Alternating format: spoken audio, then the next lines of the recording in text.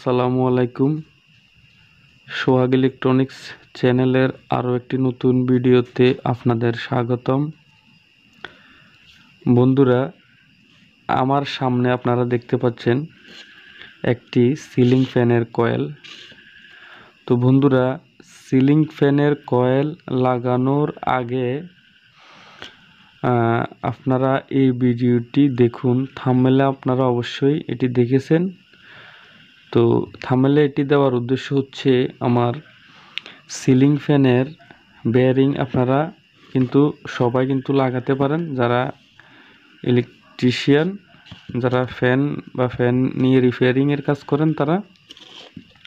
তো বন্ধুরা, এখন সিলিং ফ্যানের বেয়ারিং আপনি লাগালে কিভাবে বেয়ারিং খোলেন বা কিভাবে বেয়ারিং খুলতে হয় সেরকম ভিডিও আমি আমার চ্যানেলের প্রথম কিন্তু আমি ওইরকম ভিডিও আপলোড করেছি, আপনারা দেখে নিন।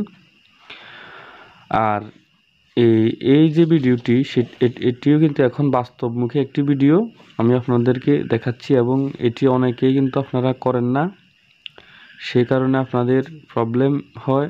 বেয়ারিং লাগানোর পরে আপনার ফ্যানের প্রবলেম হয় এবং কিছুদিনের ভিতরে বেয়ারিং নষ্ট হয়ে যায়। তো বন্ধুরা, এই যে দেখতে পাচ্ছেন এটি হচ্ছে নতুন একটি বেয়ারিং। তো আপনারা অবশ্যই কিন্তু ভালো মানের বেয়ারিং লাগাবেন। আর যে ভিডিওটি আমি আপনাদের এখন নিয়ে আসছি, যে সিলিং ফ্যানে বেয়ারিং লাগানোর আগে ভিডিওটি একবার দেখুন। তো সেটা আমি থাম্বনেলে দেওয়ার উদ্দেশ্য হচ্ছে সিলিং ফ্যানের বেয়ারিং আপনারা খুব সহজে কিন্তু লাগিয়ে ফেলেন, কিন্তু কিছু কিছু জিনিস রয়েছে সেটা আপনারা জানেন না, অথবা না জানার কারণে পরবর্তীতে আপনাদের প্রবলেম হয়। বেয়ারিং লাগালে বেয়ারিং কিছুদিনের ভিতরে নষ্ট হয়ে যায়, অথবা বেয়ারিং এটি হিট হয়ে আপনার কয়েলের প্রবলেম হয়। তো এখানে একটু দেখুন, এই যে এখানে দুইটি কয়েল দেখতে পাচ্ছেন আপনারা, যে ভিতরে যে কয়েলটি দেখতে পাচ্ছেন সেটি কিন্তু একবারে একটু কালো হয়ে গেছে, আর বাইরে যে কয়েলটি দেখতে পাচ্ছেন সেটি কিন্তু ঠিকঠাকই রয়েছে। দেখতে পাচ্ছেন আপনারা, এই যে খেয়াল করে দেখুন, এটি কিন্তু কালো হয়ে গেছে। তো এটি কালো হওয়ার একমাত্র কারণ হচ্ছে আপনার এই যে বেয়ারিংয়ের সমস্যা ছিল ফ্যানটির, এবং সেজন্য স্টার্টিং কয়েলে আপনার কারেন্ট সাপ্লাই বেশি ছিল, এটি ঠিকঠাক মতো এটি রানিং করতে পারেনি। তো সেজন্য আপনার এই প্রবলেমটি হয়েছে। তো আমি আপনাদের দুটি জিনিস বলবো আজকে এই ভিডিওতে। আপনারা এই দুটি জিনিস সবসময় খেয়াল রাখবেন। এই যে আপনারা বেয়ারিং লাগাবেন, এই যে দেখতে পাচ্ছেন এই বেয়ারিংটি কিন্তু এই যে শেপ, এটারে আমরা বলি শেপ, এটা হচ্ছে বেয়ারিং। তো দেখুন, এটি কিন্তু চাপ দেওয়ার সাথে সাথে কিন্তু এটি ভেতরে ঢুকে গেছে। দেখুন, এই যে এটি একদম যে শেপের ভিতরে ঢুকে গেছে, আবার বাইর করেছি আমি একদম।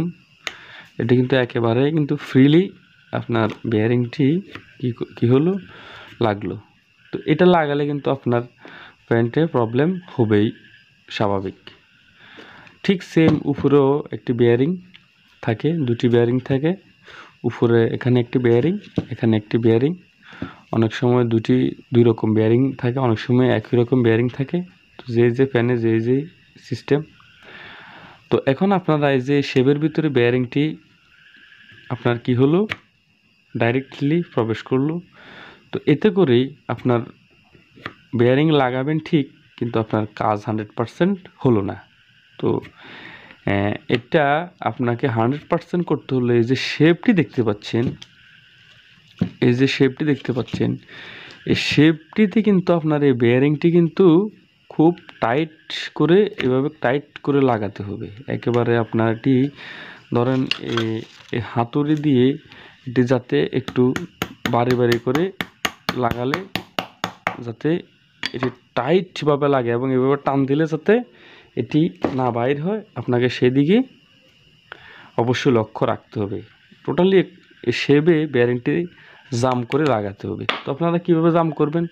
তো আপনারা অনেকে কি করেন, ভেতরে আপনার কাগজ দেন অথবা ব্লেডের টুকরো দেন, আবার অনেকে কি করেন আপনারা এই যে ভিতরে যে পেপার রয়েছে, যে আমাদের পেপার রয়েছে, আমরা যে পেপার কাটি কয়েলে দেওয়ার জন্য ওই পেপার দেন। তো সেগুলা আপনারা না করে একেবারে সহজ পন্থায় কিন্তু আপনারা এটি লাগাতে পারেন। আর সেটি হচ্ছে, এই যে দেখতে পাচ্ছেন আমি মাইনাস স্ক্রুড্রাইভার নিলাম এবং কয়েলটি এভাবে রাখবেন। রাখার পর এই যে এখানে আছে শেবে মাইনাস স্ক্রুড্রাইভারটি রাখবেন। রাখার পর আপনারা কি করবেন আমি আপনাদেরকে বুঝাচ্ছি। এভাবে রেখে হাতুড়ি দিয়ে এখানে বাড়ি দিবেন। এই যে এখানে দেখতে পাচ্ছেন, এই যে এভাবে বাড়ি দিলে, ধরুন আমি কয়েলটি এভাবে নেওয়ার পর শেবে হাতুড়ি দিয়ে এভাবে বাড়ি দিলাম। বাড়ি দেওয়ার পর এই যে দেখতে পাচ্ছেন এখানে কিন্তু একটি স্পট পড়েছে।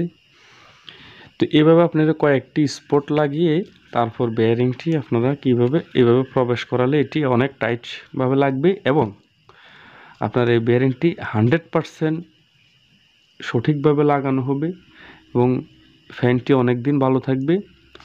তো বন্ধুরা, যারা আমার এই ভিডিওটি দেখেছেন তারা যদি একটু হলেও উপকারে আসে তাহলে অবশ্যই এটিতে একটি লাইক দিবেন। আর গরমকাল চলে এসেছে আপনারা জানেন, তো নতুন নতুন ফ্যানের ভিডিও আপনারা পাবেন। তো চ্যানেলটি অবশ্যই সাবস্ক্রাইব করে পাশে থাকা বেল আইকনটি অন করে রাখুন।